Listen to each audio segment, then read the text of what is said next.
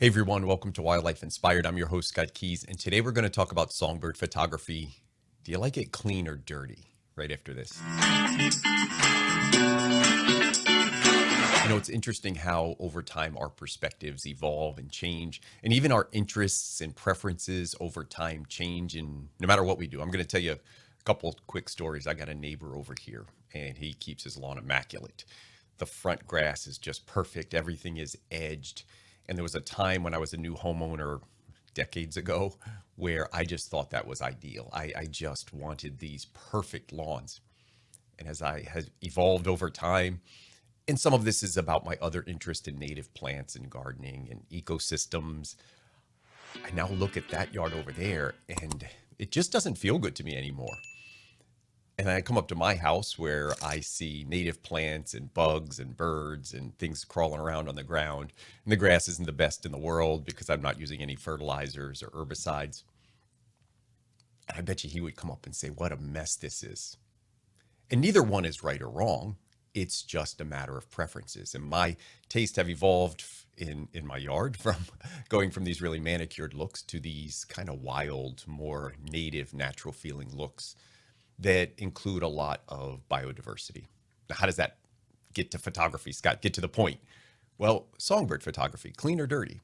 When I started out in 2013, I saw a couple photographers that I really admired, and their work was pristine. Elegant perches, beautiful songbirds. I want to say sterile backgrounds that were just mostly one color, not a lot of interest there, but it's what I loved. And I think there's still a lot of songbird photographers that love that, these very clean, ultra clean looks. And that could be what you aspire to, and there's nothing wrong with it. It is a style. Where I've evolved to over time is away from that. And I've gotten more and more into this dirty looking stuff. So what do I mean by that? Well, more environment, more habitat, more color, sometimes birds obscured, maybe there's something blocking the bird, but I'm trying to create more context around these images. And as I've gotten, again, more into native plants, I think I've gotten even more and more into those aspects of wanting to show a little bit more of the environment. Now, with that said, I will tell you, I still love tight portraits that are done well. I have a certain style that I really, really enjoy with very shallow depth of field, just focusing on the eyes, frame filling kind of subjects. I still do like that, by the way, but it's not what I look at when I look at these clean styles.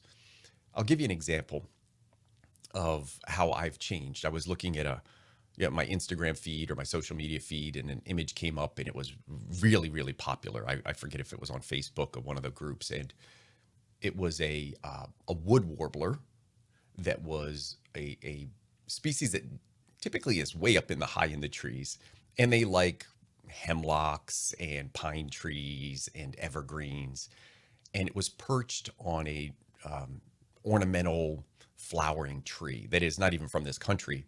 And in my head, it didn't look right.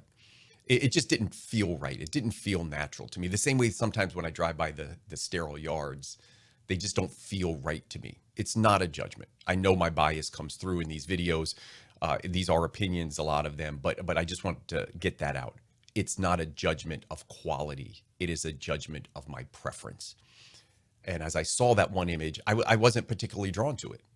Technically, it was nothing wrong with it. It was a beautiful perch. It would look great on a wall, printed, but it would never find its way onto my walls because it's just not where my interests are. So with that, I got into this concept of clean versus dirty. And what is your style? I really wanted to put this out to get some comments and generate this. On my Flickr album, let me see if I can find it right here. This is my Flickr page. And one of the reasons I like Flickr is I can create albums for people to go watch and see these images. Now, I uploaded 1,500. So for social media purposes, I don't upload full-size images. I downsize everything. Most of these images are between 3,000 and 6,000 pixels before they're downsized. So if you see and think, wow, he shoots really low resolution images, it's just downsized for social media. But I create albums here, and all of the albums that say YT, those are YouTube videos that are associated with them. So you can go back and If you're ever watching a YouTube video and you want to come into these albums, a lot of times I'll have the albums right here for you to follow along. I'm going to get into this one called Clean versus Dirty. And I'm going to pull up a series of images. And these are images that I've had on my feed for years. And it was interesting as I was looking for clean images, I couldn't find very many. I had to keep going back in time. And over the last couple of years, I didn't pick out many of these examples of clean images. But years ago, this is kind of what I aspired to, these just really sterile backgrounds with the bird. Often people might refer to this as a field guide style of photography where you're showing a lot of the features of the bird a little bit tighter, so you can see everything about it. And again, there's nothing wrong with it. A lot of people might look at this and say, wow, that's a great image, especially if you're a beginning photographer. I would love to capture this image. Absolutely nothing wrong with it. I happen to like this image, but it's not necessarily where my preference has gone over the years. Let me show you a few more of these examples that I have in my gallery of cleaner images. There's a beautiful golden-winged warbler perched on a pretty sterile background. No, not a ton of interest in these perches, by the way. These are all photographed in the wild. I don't do setup perches, so you don't see a lot of these highly ornamental, isolated perches. That style of photography, I don't want to say it always, but it often does involve trimming branches, setting them up, having the location established, and then using callback or another water features or food to draw them into an area that you have pre-selected. So basically you groom the environment and then photograph there. Again, absolutely nothing wrong with it, just not my style. I even when I shoot these isolated examples, these are all done out in the wild. For me, photography is a lot about the experience. I love being out in the field. I love hearing the birds. I love not knowing what I see sometimes. So here's a yellow-throated warbler, really kind of over my head. A dickcissel, a local bird that's a rarity around here, but it's nice to see them coming back. Looks like he might be on a mulberry branch. Somebody will correct me down in the comments if I'm wrong on that. There's a native and invasive, non-native mulberry. Here's I believe a young or a female common yellowthroat, just delicately perched on a clean background. And then I love this image. It's a blacked out image of an indigo bunting. Not blacked out in Photoshop, actually blacked out because of the conditions. The lighting conditions were just a certain way. I enhanced it in Photoshop, but again, kind of a clean look to these backgrounds. And then the indigo bunting on a cleaner background. It's starting to get a little bit of color back there. Really love this image. This was actually taken from this year, isolated on a blooming mountain laurel, and an image from a few years ago, northern Parula, perched on a lichen-covered branch with a nice clean background. And now you're going to start to see a little bit of the patterns and colors. And this happens typically because when I'm shooting out in the wild, or if you're shooting out in the wild, you tend to get more patterns. You just do. You're not having all the time these super isolated areas, and you never know what you get. And that's part of the fun about photography for me, is you never know what you're going to get in the background. A couple things and a couple caveats. Because I'm shooting in the wild and I'm not setting up perches, so I don't get to groom the perch and make it perfect, I do digitally manipulate those images to make them better. So if there's a stick hanging out there or a bug that I don't like in the background, I will digitally remove those. So I always try to be upfront with that, so people don't think that everything I shoot like this is perfectly clean. I don't remember editing this video, this image from 3 years ago. There could have been a branch somewhere in there that I didn't like, and I would have removed that. Again, starting to see some patterns in the background.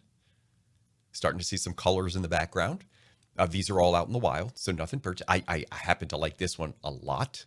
I love the yellow patterns in the background and how it's mirrored onto the common yellowthroat. At a little bit of a distance, just these common yellowthroats tend to find these branches that they can sing on, or these perches. Indigo bunting's the same way, so another style. But as you're going to start to see now, you're going to start to see more and more elements added into the background. So we're getting from these kind of clean, sterile looks, and we're getting more and more colors in the background. And what I'm curious about is, where are you comfortable with in your photography? Where do you aspire? You're going to see a continuum here. They're going to get busier and busier, or we're not quite dirty yet, but we're going to get there. And I'm kind of curious for you in the comments, where do you see yourself? Ideally, what are you drawn to? Are you drawn to the sterile, the first couple I showed? Are you starting to get drawn into this one, which is a mixed, I would say? The bird's not really large in frame. It's got patterns in the background, colors in the background. It's pretty isolated perch, not set up, not staged. You can tell these aren't staged perches just by the backgrounds. Now we're starting to get more color. Notice a little bit of foreground popping in. So now we're getting some blur in the foreground, which you typically don't get on setup shots. Some more leaves being introduced here. Love this little oven bird. Look at that foot. I'm sorry that I laugh at my own images sometimes, but nature just marvels me and birds just amaze me still to this day. This was taken last year. Look at that foot just sliding out there. Now you're starting to get more branches. Again, notice the introduction of foreground here. We're starting to get some leaves all over. Here we've got a nice pattern background. Now this is the style that I'm starting to like. This feels natural. Notice the perch. It's kind of a dead perch. It's a late fall perch, not something somebody would groom and cut and put out in their yard to draw birds into.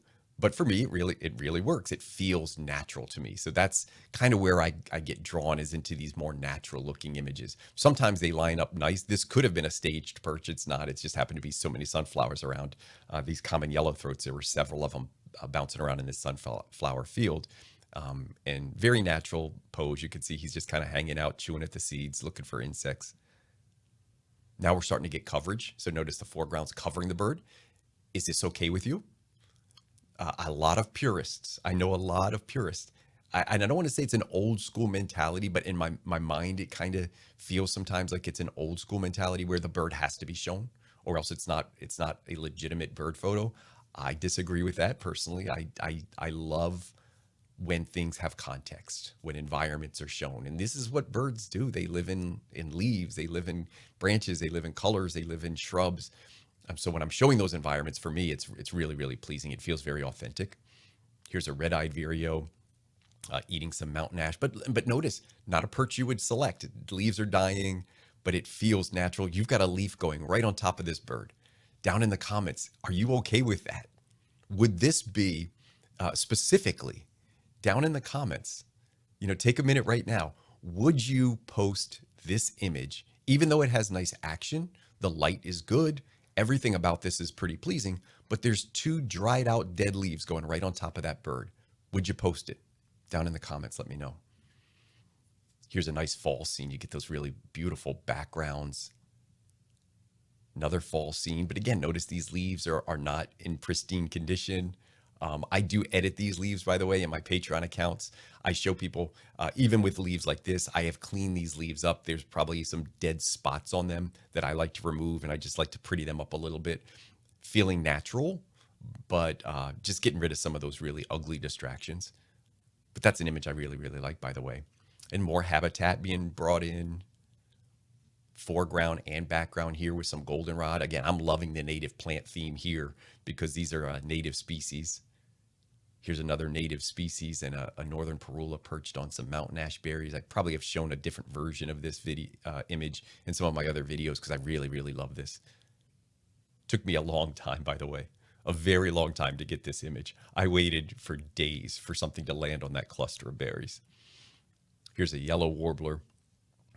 That looks like actually an invasive species that made its way into my video somehow. But notice it's not standing out in the open, but it feels like this is where to me, it feels like this is where a yellow warbler should be. This is the kind of environments they hang out in. Now look at all that foreground over top of the bird. And then we get like small in frame. We're starting to get like a lot of branches around, a lot of habitat. Are you okay with that? This one, a lot of stuff going on, a lot of foreground here. See all that blur, foreground blur here. Are you okay with that? And this guy's just buried in a field. Not that clean look that we started out with. Remember where we started? Bird, perch, sterile background. And now we're up to habitat, environment, colors, foreground, leaves over the bird. Are you still with me on this? Look at all the foreground here. Look at all that coverage. This was taken this year, not too far ago. This American redstart was hanging around in the same area. Every time I'd go by, he'd be in the same little plot. And there must have been a good source of food down here because he would come onto this log quite a bit and really easy to find. Shot this from my car, really close. Are you okay with it? Look at all this foreground. I mean, we got foreground on the top. We got foreground on the bottom. One of the things I love about shooting in the wild is not just capturing these moments, but this bird is just doing its thing. You're just taking it in. You're not distracting it. You're not, influencing it. You're there just to observe. And in pictures like this, photos like this, images like this really feel intimate to me. And I really connect with these. So again, far from that sterile image that we started with, all out in the wild. Nothing here speaks of, perfect blooms, manicured environment. This is dirty. This is foreground and background, but notice the color palette's really soft. And one thing I will say about all of my bird photography, I really try to focus on is this light with songbirds. I just love this soft light for a lot of reasons, some of them being foregrounds and backgrounds, and how the light just kind of softly casts over the bird. You don't get a lot of hard, direct light or shadows. And when you're working in the woods, hard shadows can be a problem. So I do love this soft, pleasing light. Now, one thing, when you're shooting out in the wild and you're shooting in soft light, you're going to, in the woods, you're going to need a sensor that can handle that. You're going to have pretty good hand holding technique because you're going to be shooting at shutter speeds much slower. Got a video on that. I will put it up in the corner. Where's my corner? Over there somewhere. Go look up there. There's a video on slower shutter speeds. And I never advocate saying that slower shutter speeds are better, but sometimes they are required to work in soft light. You will not get sharper images with slower shutter speeds, but when I made that video, my point was you can achieve sharp images with slower shutter speeds. And the benefit is you get to work in softer light. That was really the key for that video that I made, the key point that I wanted to try to make. And here we've got foreground, again, background, colors, patterns. And I think this is the final one I got. Let me see, do I have, oh, that's a super clean one. This one's out of order. This one should have been at the beginning. This is the last one I wanted to end on. I took this a couple weeks ago. Not a popular image. Social media didn't blow up with this, but when I thought about dirty, this is a bird that's covered in flowers, or covered in leaves rather. This is a plant that changes color early in the season. It's a chokecherry tree. It's a native plant to Pennsylvania. It's one of my favorite trees to photograph both in spring and fall. And here's this little black-throated green warbler with his head hanging out, small in frame. There's a lot of stuff here. Are you with me? You want to go back to that clean. So the purpose of this video is really just to question where people are at, talk a little bit about my style of photography, how it's evolved over the years, and find out where you are in your journey. Do you love those cleaner images? Down in the comments, let me know. Really, I wish I could put up like a poll question just to find out. Maybe I'll do it on Instagram and tie it in when I launch this, about a poll question that asks, what do you love? Is it clean or dirty? If that poll question is done by the time I edit and produce this video, I'll put a screenshot of the poll results down there. What do you like as a bird photographer for songbirds? Do you like those kind of clean, manicured images with very plain backgrounds? Or do you like these really busy, I'll call them dirty, but these really busy, dirty images that show songbirds with context and foreground and blurs and leaves going over them and everything else? Where are you at in your journey? Let me know down in the comments. As always, thanks for tuning in today. Thanks for your support on the channel. And as always, I hope we can continue to find inspiration in wildlife together.